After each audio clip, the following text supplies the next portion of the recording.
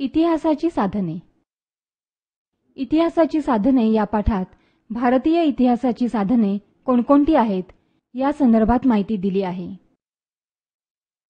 या पाठामध्ये आपल्याला भौतिक साधने, लिखित साधने, मौखिक साधने, प्राचीन भारताच्या इतिहासाची साधने, इतिहास लेखनाबद्दल घ्यायची काळजी या संदर्भात माहिती मिळते.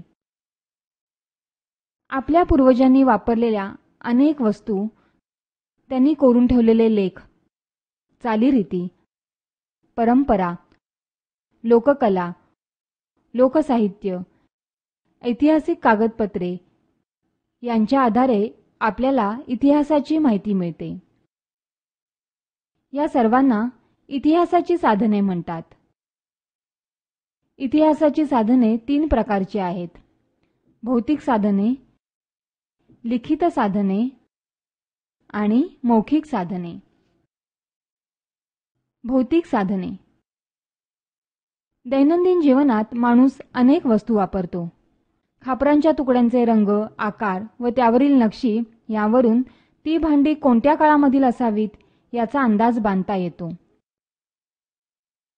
फळांच्या बिया, प्राण्यांची हाडे, धान्याचे कण यावरून आपल्याला त्या काळातील माणसाच्या आहाराची माहिती मिळते.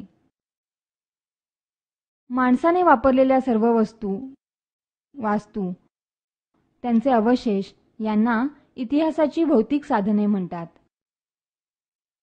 प्राचीन काळी धान्य भाजून वापरले जात असे. अशा वेळी जळलेले धान्याचे कण अनेक वर्ष टिकून राहतात. त्यामुळे ते कोणत्या धान्याचे आहेत हे ओळखू येते. लिखित साधने.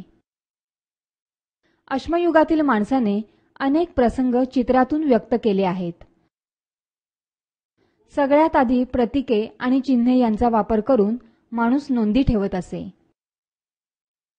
खापरे, कच्च्या विटा, झाडाची साले, भूर्जपत्रे यांसारख्या साहित्याचा वापर लिहिण्यासाठी करत असत.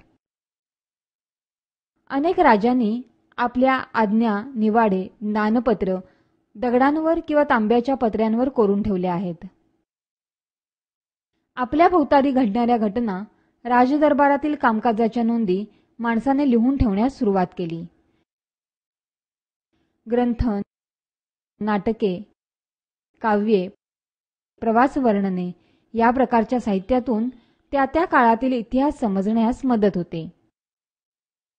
या सर्व साहित्याला इतिहासाची लिखित साधने म्हणतात.